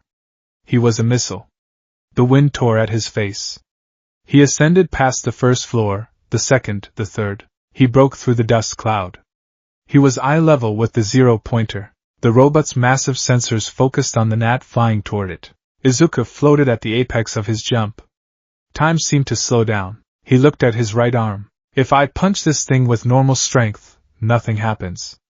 If I punch it with One for All 100%, my arm turns to mist. I need to be the cannon. He closed his eyes for a microsecond. He remembered the beach. The refrigerator. The pain.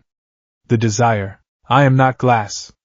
I am steel. He poured everything he had left, every ounce of mental stamina, every drop of willpower, into his right arm. The black coating spread. It wasn't just a layer. It felt like he was forging his arm in a kiln. It turned a deep violet black. One for All. He released the valve. The stockpile of 8 generations of heroes flooded into his right arm. The veins bulged, glowing red beneath the black armor. The pressure was excruciating.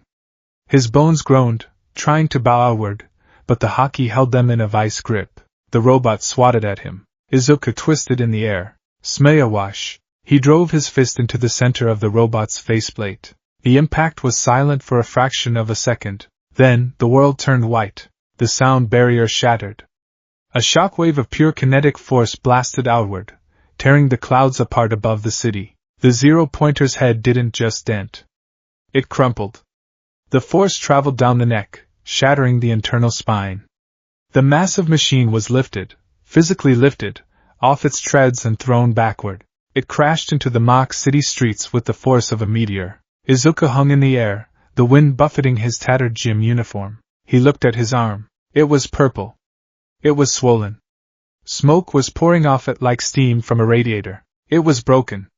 He could feel the fractures. The radius and ulna had snapped under the recoil. But the arm was there. It wasn't dust. It wasn't gore. It was a broken, bruised, but whole limb. I held it together, Izuku thought, a delirious smile touching his lips. I didn't explode. Then, gravity remembered him. He began to fall. Oh right.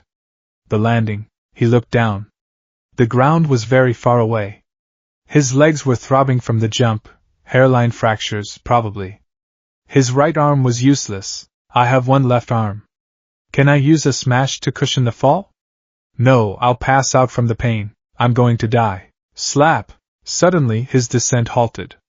His stomach lurched. He hung suspended a foot above the pavement. Uraraka, pale and vomiting slightly, held her hands together. She had slapped his cheek as he fell past her. Release, she wheezed. Izuku dropped the last 12 inches. He lay on his back, staring at the blue sky. The clouds were circling the hole he had punched in the atmosphere. 0 points, he thought, tears leaking from his eyes. I took down the biggest one, and I got 0 points. His consciousness began to fade. The assessment. Good work, good work. Here, have some gummies. Recovery girl moved through the crowd of stunned students. She reached Izuku, who was lying in a heap. Oh my, she tutted. You really went for it, didn't you? She knelt beside him. She touched his right arm. Ida walked up, looking shaken. Will he be alright? He's fine, recovery girl said, her brow furrowing. This is strange. Strange? Uraraka asked, wiping her mouth. Usually, with a strength-enhancing quirk of this magnitude, the bones would be shattered. Pulverized. But look here. She pointed to the X-ray on her portable tablet, which she had scanned him with. Clean breaks. The bone density is normal, but the tissue damage around the break is contained. It's like he was wearing a cast inside his skin when he punched. She leaned down and kissed Izuku's forehead. Smooch. Green light enveloped him. The bones knit back together. The bruising faded to yellow, then vanished. Izuku gasped, his eyes snapping open. He sat up, clutching his chest. My points! He yelled. Calm down, dearie. Recovery girl handed him a gummy. You're drained. Your stamina is depleted. Izuku looked around. The 0-pointer was a smoking ruin. The other students were looking at him. They weren't looking at him like he was a pebble anymore. They were looking at him like he was a monster. That power. He took that thing out in one hit? Why was he struggling with the small ones if he could do that? Aizawa, watching from the monitors in the faculty room, sipped his juice pouch. He held back, Aizawa muttered. He knew that punch would break him, so he saved it for the only moment that mattered. He has 0 combat points, though, Midnight pointed out. Technically, he fails. Technically, Nizu, the principal, squeaked, his paws on the console.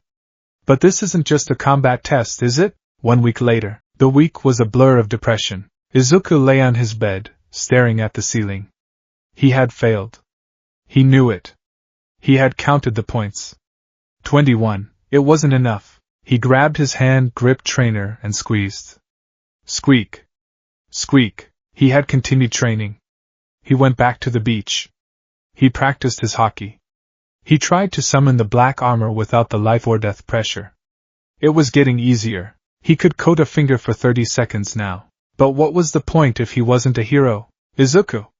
It's here! His mother burst into the room, holding an envelope with the UA wax seal. She looked terrified. Izuku sat up. He took the envelope. It felt heavy. He sat at his desk. He opened it with trembling fingers. A metal disc slid out. Hologram projector? I am here. All Might's image projected onto the wall. He was in his Silver Age costume, striking a pose. All Might? Izuku gasped. But this is from UA? Correct. I am a teacher at UA now. All Might boomed. Surprise! Izuku smiled weakly. He's a teacher. And I failed his test. You did well on the written exam, young Midoriya. But on the practical. 21 combat points. That is a failing grade.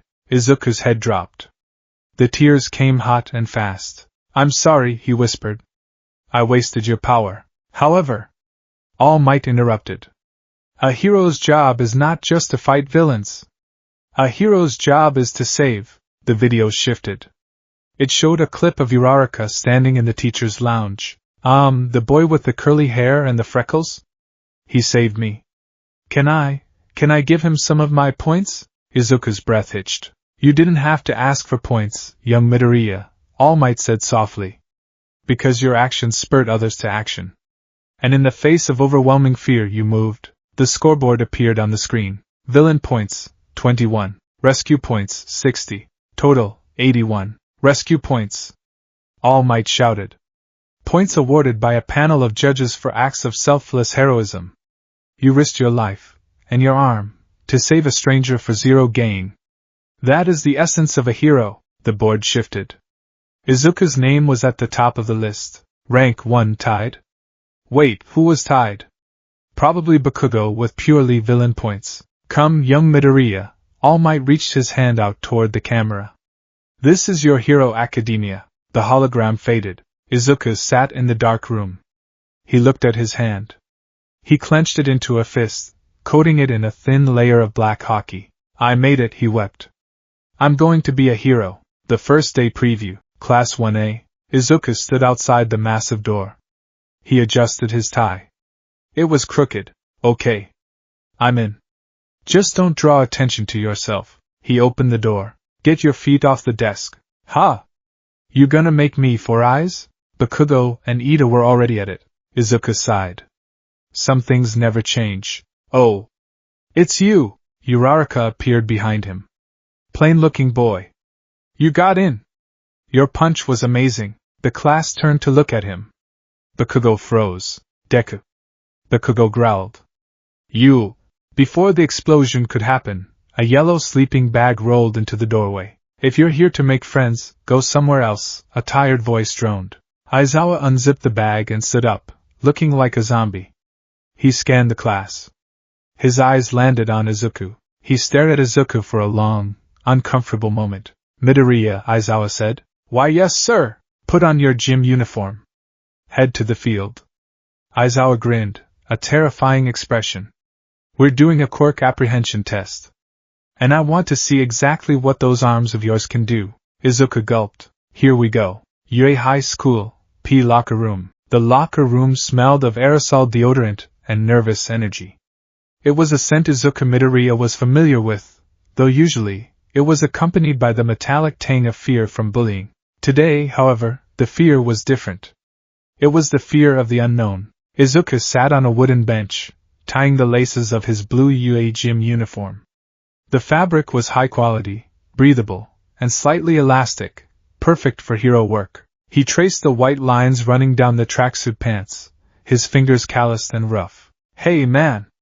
You're the one who exploded the giant robot, right? Izuku looked up.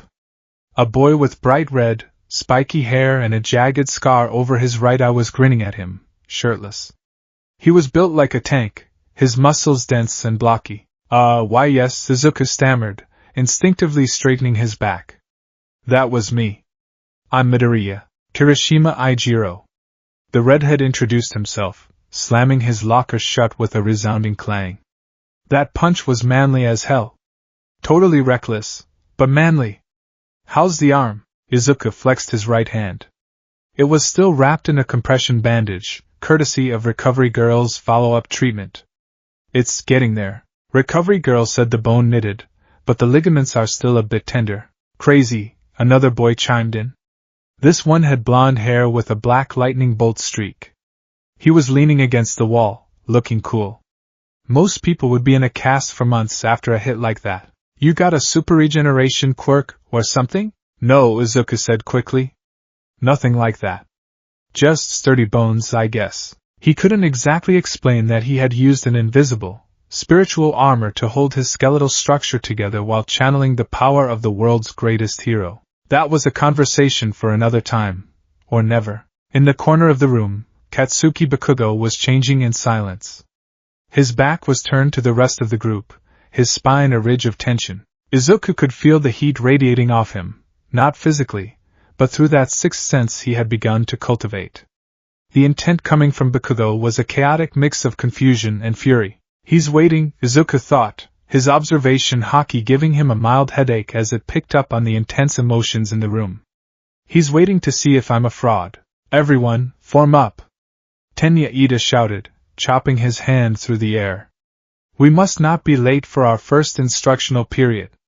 Punctuality is the cornerstone of heroism. We know, Four Eyes, we're changing. Kirishima laughed. Izuku stood up, checking his reflection in the mirror one last time. The boy looking back wasn't the scrawny, hollow-cheeked kid from middle school. His shoulders were broad, filling out the tracksuit. His neck was thick with muscle developed from carrying pickup trucks out of the ocean.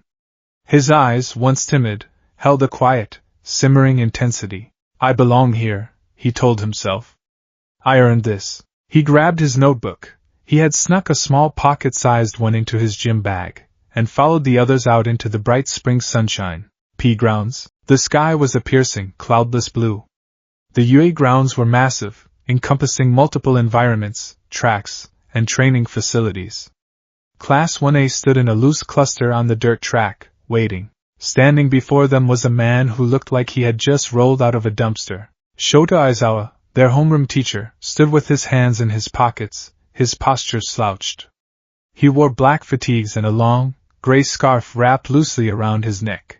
His eyes were bloodshot and half-lidded, giving him the appearance of extreme boredom. Yui is a freestyle school, Aizawa drawled, his voice scratchy.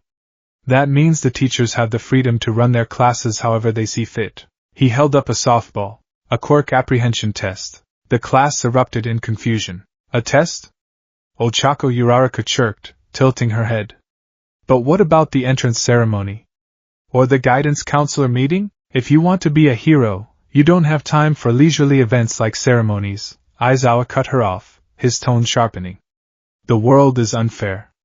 Villains, natural disasters, accidents. Japan is full of unfairness. Heroes are the ones who overturn those situations. He tossed the ball up and caught it. If you're expecting a fun high school life, you're in the wrong place. For the next 3 years, Yui will do everything it can to crush you. I expect you to overcome it. Plus ultra, and all that. The atmosphere on the field shifted. The excitement of the first day evaporated, replaced by the cold reality of their new life. Bakugo, Aizawa said, looking at the blonde. You finished first in the entrance exam. In junior high, what was your best result for the softball throw? 67 meters, Bakugo grunted. Right. You did that without your quirk. Aizawa nodded toward the circle painted on the ground. Now try it with your quirk. You can do whatever you want, as long as you stay in the circle. Bakugo walked into the circle. He stretched his arms, a feral grin spreading across his face. He glanced back at Izuku for a split second, a look that promised violence. I'm gonna show you the difference between us, Deku, the look said. Hurry up, Aizawa muttered. Bakugo wound up. Dai! Boom! A massive explosion erupted from his palm as he threw the ball. The blast propelled the sphere like a cannonball. It tore through the air, leaving a trail of smoke and heat, soaring high into the stratosphere. Aizawa held up a small digital device. Know your own maximum. That is the most rational way to form the foundation of a hero. He turned the screen to the class. 705.2 meters. Whoa! 700 meters? That's crazy. This looks like fun. We can use our quirks as much as we want. Awesome. The students were buzzing. This was what they had waited for. The freedom to be powerful. Izuku, however, felt a chill crawl up his spine. His observation sense picked up a shift in Aizawa's aura. The boredom vanished, replaced by a cold, predatory malice. Fun, huh? Aizawa whispered. The air temperature seemed to drop. You have 3 years to become a hero. And you think it's all going to be games and fun? Aizawa smiled. It wasn't a nice smile. It was the smile of a trap snapping shut. Right. New rule. The student who ranks last in total points will be judged to have no potential. He brushed his hair back, his eyes flashing red, and will be instantly expelled. The silence was absolute. Expelled? Uraraka shrieked. But it's the first day. That's too unreasonable. Natural disasters are unreasonable, Aizawa countered flatly. Rampaging villains are unreasonable. Do you think they care about your feelings? Now stop whining and get moving. Izuku swallowed hard. Last place gets expelled. He looked around. Bakugo, Todoroki, Ida, everyone here had amazing quirks. He had one for all, a power he couldn't control without breaking his limbs, and Haki, a power that drained his mental stamina rapidly. If he used one for all at 100%, he would break his arm and be unable to complete the other tests. If he didn't use it, he was physically just a very strong human. I have to be smart, Izuku thought, his mind racing. I have to use Haki to bridge the gap. Armament to reinforce my muscles. Observation to perfect my movements. And one for all, I have to save it for the moment it matters most. Test 1, 50-meter dash. The track was lined with high-speed cameras and sensors. On your mark, the robot camera droned. First up were Tenya Ida and Tsuyu Azuri. Ida crouched low, his engines revving. vrrmmm. Bang! Ida was a blur. Exhaust pipes flared, and he crossed the line in a blink. 3.04 seconds, the robot announced. Like a fish in water, Aji commented as she hopped across in 5.58 seconds. Izuku watched intently. Ida is fast. His quirk is pure velocity. I can't beat that with just legs. Next came Uraraka and Ojiro. Uraraka lightened her clothes and shoes, running with a floaty, bounding stride. 7.15 seconds. Ojiro used his tail to kick off the ground for extra leverage. 5.49 seconds. Midoriya. Bakugo. Izuku stepped up to the line. His heart hammered in his chest. Beside him, Bakugo was vibrating with adrenaline. Don't cry when you lose, Deku, Bakugo sneered. Izuku ignored him. He closed his eyes. Focus. He didn't look at the starting gun. He didn't look at the finish line. He expanded his senses. Kenbunchaku, observation. He felt the mechanism inside the starting robot. He felt the electrical signal building in the circuit board, preparing to trigger the sound. Wait for the intent of the machine. He felt it. The signal fired. Now, before the sound even reached the air, Izuku was moving. At the same time, he channeled his spirit into his legs. Busashoku, armament greaves. A flash of black coated his calves and sneakers.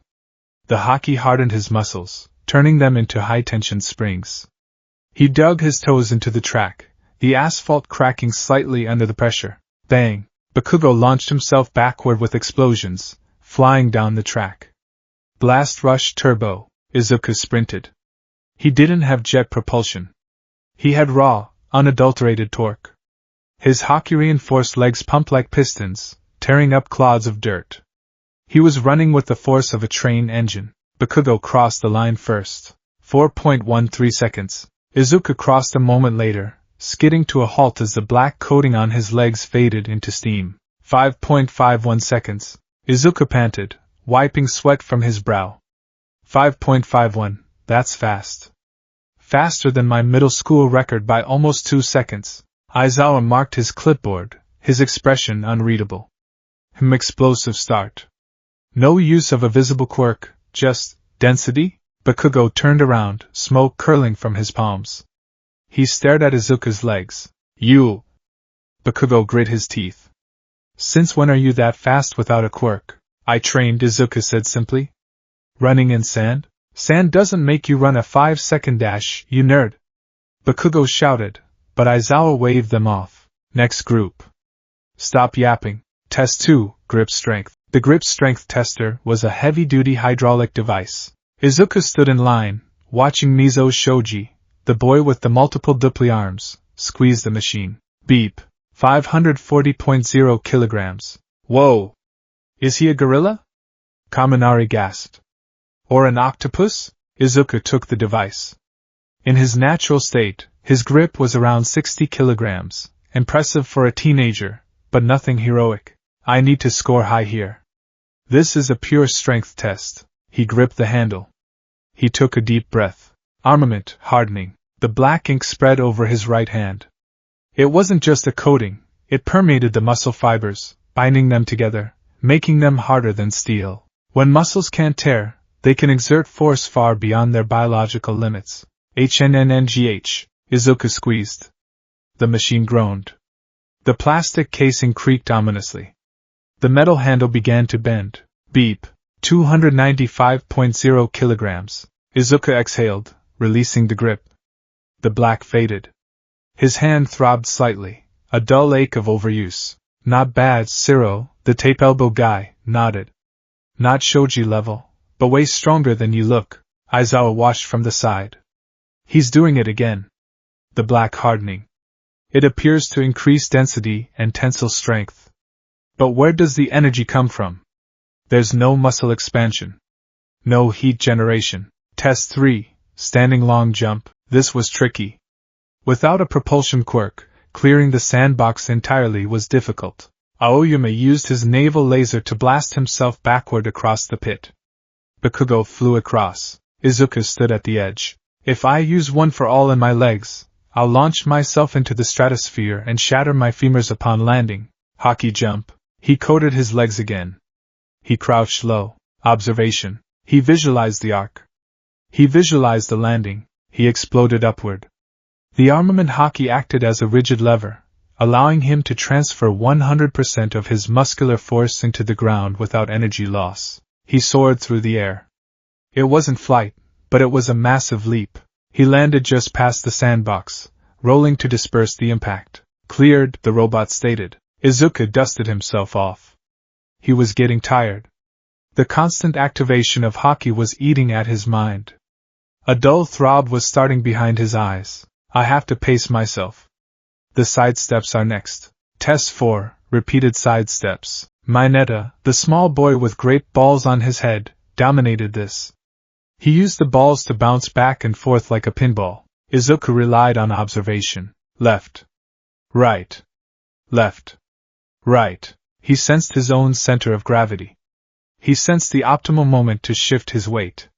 He moved with a fluid, rhythmic grace, almost like a dance. He wasn't the fastest, but he wasted zero energy. He finished in the top third of the class. Test 5, the ball throw. This was it.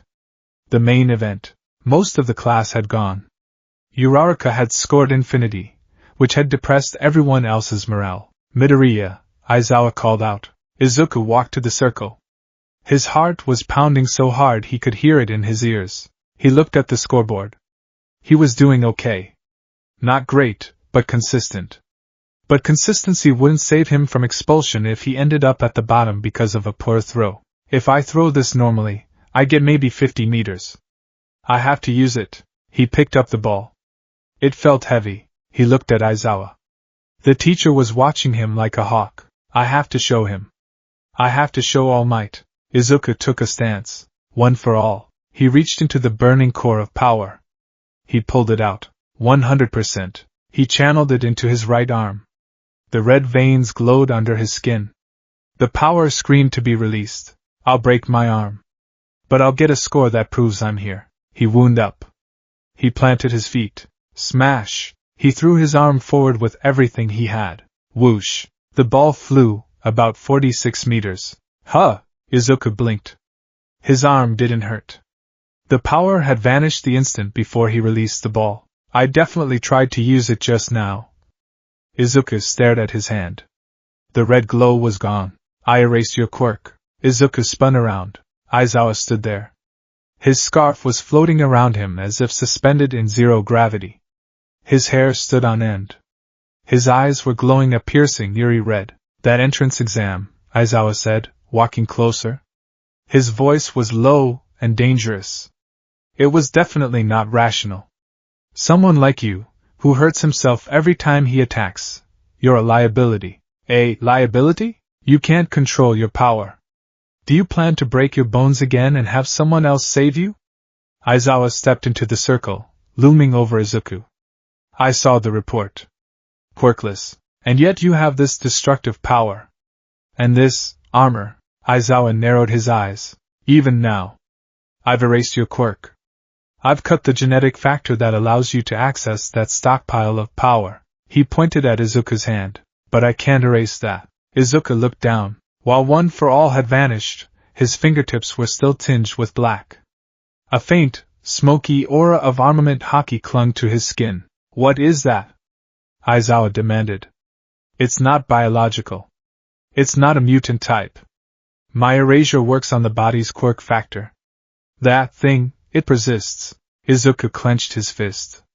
The black spread slightly, covering his knuckles. It's my will, Izuku said, his voice shaking but defiant. It's my guts. You can't erase my guts. Aizawa paused. For a second, the glowing red eyes widened in surprise. His will? A power derived from pure spirit? Aizawa blinked. His hair fell back down. The red glow faded. Whatever it is, Aizawa scoffed, turning away. It's not enough. You have your power back. We're wasting time. Hurry up and throw. He walked back to the sideline. If you break your arm again, you're expelled. I don't have time for self-destructive toddlers. Izuku stood in the circle. The weight of the threat hung heavy in the air. He's right. If I break my arm, I'm useless for the rest of the tests. I'll be last. Think. Think. I have the power, one for all. I have the armor, Haki. I can't coat my whole arm in Haki strong enough to withstand 100% OFA yet. The zero-pointer jump proved that.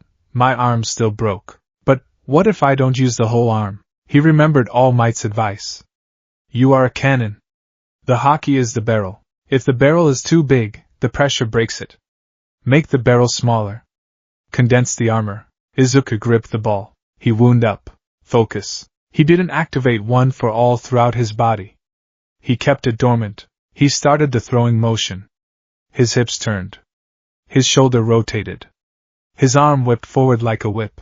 Now, in the last millisecond, right as his finger was about to flick the ball, concentrate. He pushed all his Haki, every scrap of mental energy he had left, into the tip of his right index finger. Byusoshoku, Koka, hardening. His finger turned a deep, glossy, obsidian black.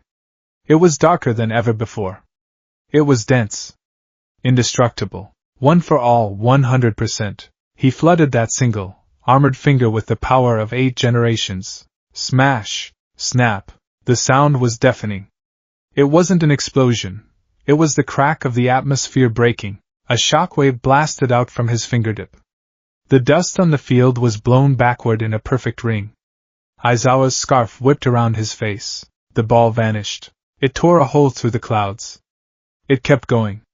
And going. Izuku stood there, his arm extended. He panted, sweat dripping from his nose. He looked at his finger. It was purple. Swollen. Angry. It throbbed with a pulse of agony that made his vision wide out for a second. But it wasn't broken. The Haki had acted as a splint. It had taken the brunt of the explosive force. The skin was bruised, the muscle was strained, but the bone remained intact. Aizawa looked at the device.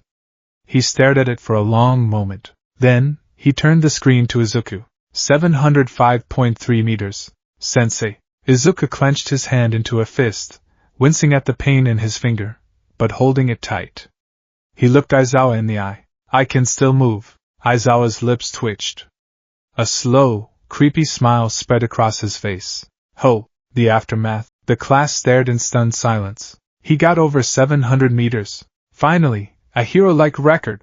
Wait, his finger is swollen, but it's not shattered like in the exam. How did he do that? But one person wasn't impressed. One person was terrified. Katsuki Bakugo stood frozen. His brain was short-circuiting. 705 meters.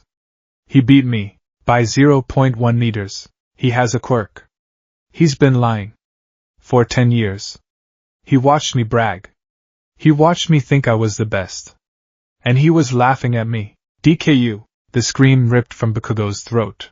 Explosions popped in his palms. He launched himself forward. You bastard! Tell me how you did that.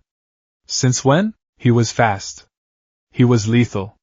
He was going to kill him. Izuku turned. He saw Bakugo coming. Observation. He saw the attack. Right hook. Explosion assisted. Aimed at the face. Izuku didn't flinch. He planted his feet. He prepared to use Haki to block. But he didn't have to. Thwip. A gray cloth wrapped around Bakugo, binding his arms and torso instantly. Gah! Bakugo fell forward, struggling. What the hell is this cloth? It's stiff. It's a capture weapon made of carbon fiber and a special metal alloy, Aizawa muttered, holding the other end of the scarf. His hair was floating again. Geez. Don't make me use my quirk so much. I have dry eye. He glared at Bakugo. We're wasting time. Prepare for the next event. Aizawa released Bakugo. The blond boy stumbled back, rubbing his arms. He glared at Izuku with pure venom. We're not done, Bakugo hissed. Izuku looked back at him. He didn't look away. I know, Izuku whispered. Test 6, said UPS. Izuku used Haki to reinforce his core. It was exhausting. Test 7, seated toe touch. He was flexible. No Haki needed. Test 8, long distance run. This was the final nail in the coffin. Izuku was drained. His Haki reserves were empty. His finger was throbbing. He ran the laps on pure grit. He wasn't the fastest. Momo Yaoyorozu created a bike. Ida lapped everyone. But Izuku kept pace with the middle of the pack, his breath ragged, his legs burning. Don't stop. If you stop, you're last. The results. The sun was setting, casting long shadows across the field. Class 1A stood exhausted, waiting for the verdict. Okay, Aizawa said, tapping his tablet. I'll just show the cumulative results at once. It's a waste of time to explain them verbally. He pressed a button. A holographic chart appeared in the air. Izuku squeezed his eyes shut. Please not last. Please not last. He opened one eye. 1. Momo Yaoyorozu. 2. Shoto Todoroki. 3. Katsuki Bikudo. 4. Tenya Ida. 10. Tsuyu Ajiri. 16. Hanta Siro. 17. Toru Hagakure. 18. Izuku Midoriya. 19. Minoru Mineta. 20. Yuga Aoyama. Izuku let out a breath he felt like he'd been holding since birth. 18th. He wasn't last. Mineta, who lacked physical stats outside of his sticky balls, and Aoyama, who got a stomach ache after the laser shots, were below him. By the way, Aizawa said, turning off the hologram. I was lying about the expulsion. Huh! The class chorused. Aizawa grinned, a wide, terrifying expression. It was a logical ruse to draw out the upper limits of your potential. Wait, what? The class screamed. Well, of course it was a lie, Yaoyorozu said, adjusting her ponytail. It was obvious if you thought about it. I didn't think it was obvious at all. Mineta wept, hugging Siro's leg. Izuku stared at Aizawa. Observation. He felt Aizawa's aura. It was calm now. But there was a trace of dishonesty. He wasn't lying, Izuku realized with a jolt. He was ready to do it. If I hadn't thrown that ball, if I had broken my arm and become a liability, he would have cut me. Aizawa turned to walk away. Pick up a syllabus in the classroom. Midoriya, go to the nurse's office and get that finger fixed. It's grotesque. Yes, sir. As the class began to disperse, chattering excitedly about the test, Izuku lingered for a moment. He looked at his hand. He had survived day 1. Corner of the school building. All Might stood watching from the shadows, hidden from the students. You're a liar, Aizawa, All Might whispered. You expelled an entire class of first years last year. You cut people without hesitation if you deemed them hopeless. Aizawa walked past the corner. He didn't look at All Might. He has zero control over his quirk, Aizawa muttered. But he has that other thing. That armor. It forces his body to keep up with his ambition. Aizawa stopped. Also, the eraser hero added.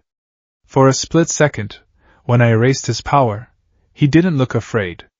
He looked ready to fight me with his bare hands. That kid, he's got the will of a savage. He calls it Haki, All Might said proudly. Haki. Aizawa tasted the word. Ambition, huh? Well, let's see how long his ambition lasts when the real villains show up. Aizawa walked away. All Might smiled. You have no idea, Aizawa. You have no idea. Make the file. Student file, Midoriya Izuku, quirk, 1 for all, registered as superpower. Notes. Subject displays secondary ability labeled Haki, willpower. Not genetic. Class 1A. Aizawa's personal notes. Problem child. Breaks bones. Has a creepy black coating that defies erasure logic. Needs to be watched. Also, his finger flick creates sonic booms. Note to self, do not let him flick my forehead.